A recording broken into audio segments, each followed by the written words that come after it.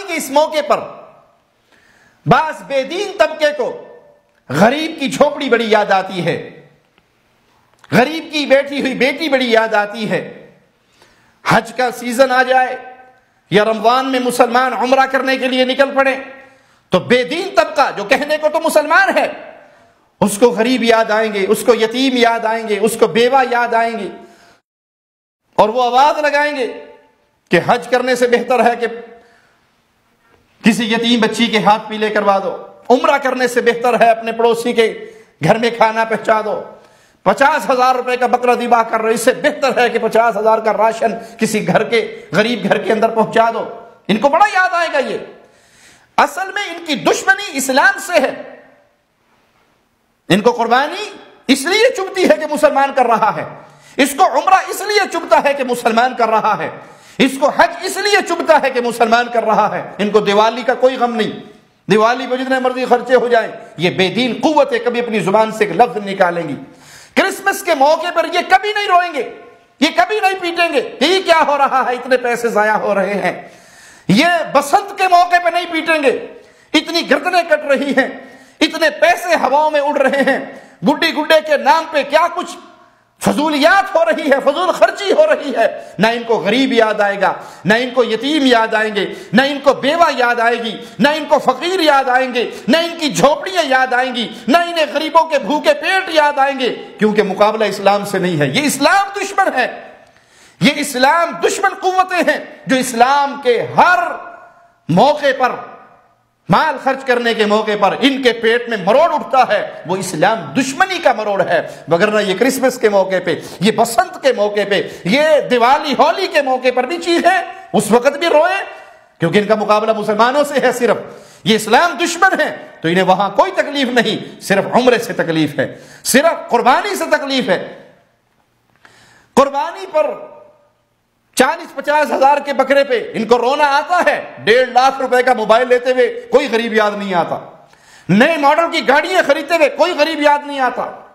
بڑی بڑی کوٹھیاں بناتے ہوئے کوئی غریب یاد نہیں آتا، کیونکہ ان کی دشمنی صرف اسلام سے ہے۔ تو ہر وہ موقع جہاں پر اسلام کے شعائر کو زندہ کیا جائے گا، ان بے دین قوتوں کو پیٹ میں مروڑ اٹھے گا، کیونکہ یہ اسلام دشمن ہے، اس لیے ان کو اسلام کی ہر چیز بری لگتی ہے۔ تو یہ قربانی کرنا ہر صاحب استطاعت پر، اور اس سے مراد یہ نہیں ہے جس پر زکوٰۃ فرض ہو، اس کے پاس 7.5 تولے سونا ہو تبھی وہ قربانی کرے، نہیں، جس کے پاس استطاعت ہے۔ استطاعت سے مراد یہ ہے کہ اس کا جو گھر کا سسٹم ہے وہ چلتا رہے، اضافی اتنے پیسے ہیں کہ وہ جانور خرید کے اللہ کے لیے قربان کر سکتا ہے، تو ایسا شخص قربانی کرے، اللہ کے لیے قربانی کرے، اللہ کو راضی کرنے کے لیے قربانی کرے، اور اس گوشت کو فقیروں میں، یتیموں میں، بیواؤں میں، مسکینوں میں، ان میں بھی تقسیم کرے، خود بھی کھائے، خود بھی رکھ سکتا ہے،